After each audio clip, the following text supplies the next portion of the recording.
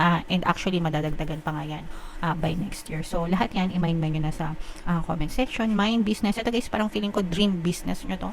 So kung meron kayong mga dream business guys, dream negosyo, yan i-push nyo yan kasi talagang magpapasok yan ng kaperahan sa buhay nyo and magkakaroon din kayo ng tagumpay and progress dyan sa mga dream business na yan. Okay?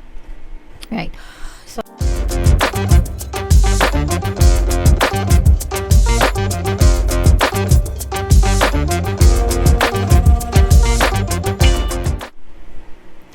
hello guys, hello Leo, happy 2025 sa inyo mga kapiksi. Ang pamagat ng episode natin for tonight is Money 2025. Ito yung ating money reading para sa next year mga kapiksi. By the way guys, naka-upload na sa ating YouTube channel yung inyong 2025 kapalaran para sa bawat zodiac signs. If in case hindi nyo pa napapanood guys, punta lang kayo sa homepage natin. Hanapin nyo lang yung video para sa zodiac sign nyo. So, unahin natin tong deck na to guys. Ito yung ating money manifesting technique or advice. Para sa inyo, we have positivity, mga kapiksi. Always do your best to direct your thoughts in positive and productive directions. Focus on life-affirming and joyful thoughts. Train yourself to avoid negative, pessimistic, and self-defeating and critical thoughts and emotions because this will block the flow of abundance. And ito guys, yung palagi kong sinasabi sa inyo na kailangan nating iwasan yung pagiging negative, no? Huwag kayong tanim ng mga negative emotions sa puso nyo, mga galit, anger, hatred, resentment, grudges, especially pagdating sa pera guys.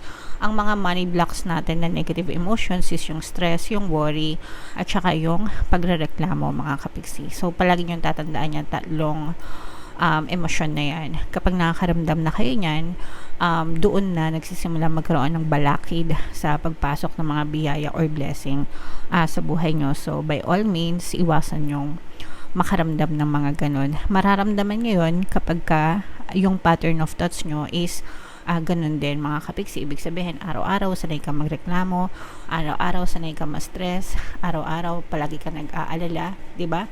Pagka ganun yung pattern of thoughts mo, yung emosyon mo, ganun din. Therefore, yun din yung na-experience nyo sa inyong kabuhayan, mga kapiksi. So, stay focused lang dun sa mga positive. Kailangan i-train nyo yung sarili nyo, mga kapiksi, na mag-affirm or mag-think positively. I-train nyo yung isip nyo na palagi nakafocus dun sa mga desire nyo, sa mga goal nyo, kung anong gusto nyo ma-achieve sa buhay, mga kapiksi.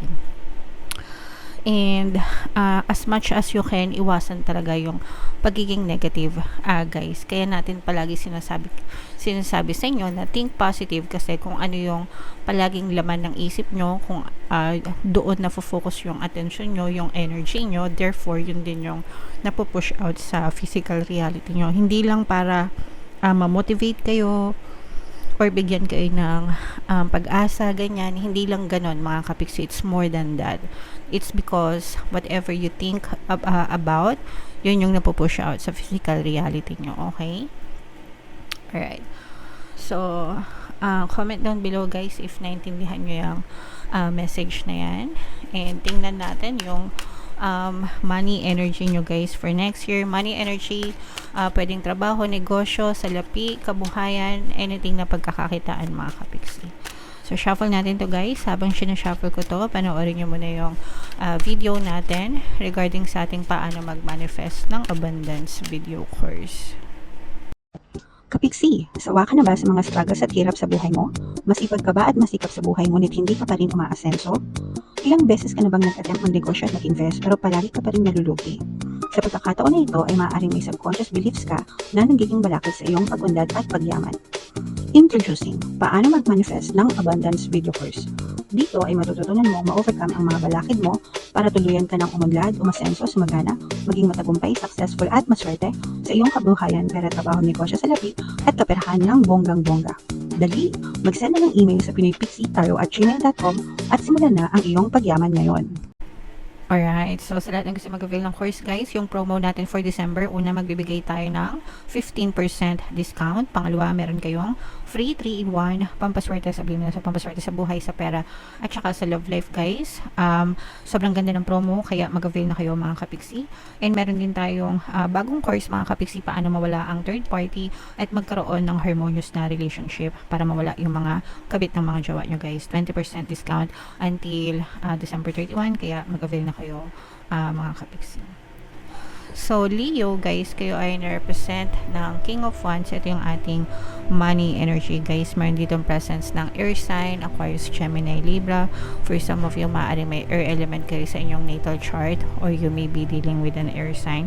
Dito, guys, this is both negative and positive. For some of you, guys, maaaring magkaroon kayo ng financial constraints or financial trouble. Ibig sabihin, kakapusan, no? Baka magkaroon kayo ng konting kakapusan sa pera, or baka meron kayong mga expenses na or mga situation, circumstances next year na maaaring magalaw nyo yung mga savings nyo, mga kapiksi. Baka meron kayong mga emergency, like yung mga emergency pagkakagastusan. Usually naman sa ano yan, sa healthcare, di ba? Pag may na-hospital, yun yung pang emergency, o kaya baka may masira sa bahay nyo or masira yung kotse nyo or something, yung mga ganon. Pero meron kayong pagkakagastusan na maaaring magalaw nyo or madrain yung inyong savings account, mga kapiksi. So, it's okay. Yun naman yung yung purpose ng savings, di ba? Kaya kayo nagsisave para may madukot kayo sa panahon ng mga emergency. So, replenish nyo na lang ulit. Pero ito guys, makakahanap din kayo ng solusyon kasi kumbaga malulusutan nyo rin yung mga unnecessary expense na to. Mapapalitan din agad-agad kasi nakikita naman natin na masipag at masikap naman kayo sa inyong buhay.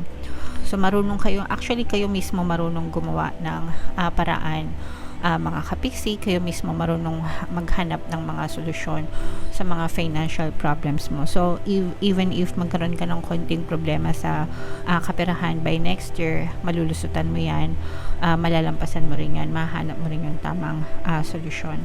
And for some of you naman, sa mga may regular stream of income, tuloy-tuloy pa rin naman actually yung pinagkakakitaan nyo, hindi pa rin kayo nababakante, hindi pa rin kayo, even if mga project-based kayo, guys, no? So, let's say, for example, hindi regular yung income mo, hindi ka employed, no? Kasi pag employed ka, yung tipong namamasukan ka talaga, may boss ka, ganyan, regular yon na may sahod ka.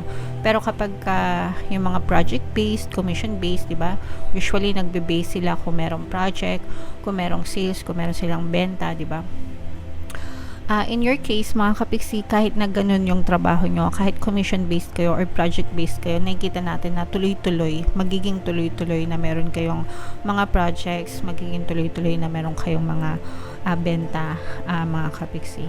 And actually, for some of you, especially kung meron kayong mga nakuhang malalaking bonus ngayong November, December, mga kapiksi, parang pinag-iisipan nyo, pinaplano nyo na palaguin yung mga nakuha nyong komisyon, nakuha nyong bonus for next year. Pwede nyo siyang gamitin for business or side hustle, ganyan, parang maging extra source of income mo, or i-invest para mas lalo pang lumago.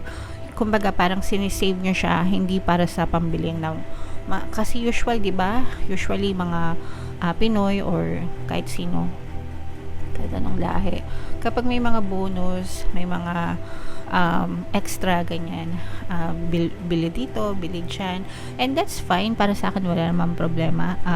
We are meant to enjoy our lives, no? And kung doon na magiging masaya sa pagbili ng mga material na bagay, di ba?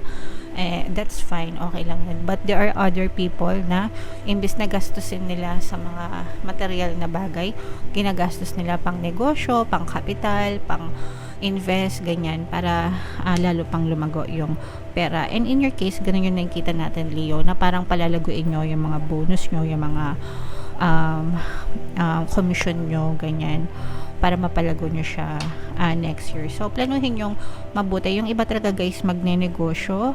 Yung iba parang papasok kayo sa isang partnership, business partnership. Ibig sabihin, pwedeng meron kayong kapartner sa negosyo. baka mga kapatid nyo, no? Parang within the family itong nararamdaman ko na nais nyong negosyo. Parang let's say for example, baka kayo ng anak mo o kaya kayo ng kapatid mo, yung mga ganyan, pero parang within the family yung nararamdaman natin. And this will be progressive, guys, no? Unti-unti itong magpapasok ng additional income sa buhay nyo, guys. So ito yung addition. Ibig sabihin, for some of you, meron na kayong regular stream of income ngayon. By next year, madadagdagan pa yung stream of income nyo or yung source of income nyo. Ito nga nakikita natin na for some of you, parang dream nyo talaga na magka-negosyo, dream nyo talaga na maging entrepreneur, ganyan. Whether it's online or physical, it doesn't matter. Depende sa choice nyo. But, yeah, so nakikita natin na unti-unti itong magpapasok ng pera sa inyo, mga kapiksi. And may mga small wins din kayo, mga maliliit na progress, and magdadala din yan. Kumbaga, magko-contribute yan sa inyong big success by next year, mga kapiksi. Okay?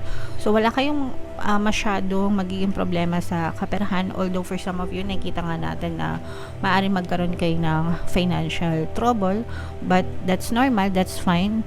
Ibig sabihin, bahagi talaga ng buhay na gumagastos tayo, no?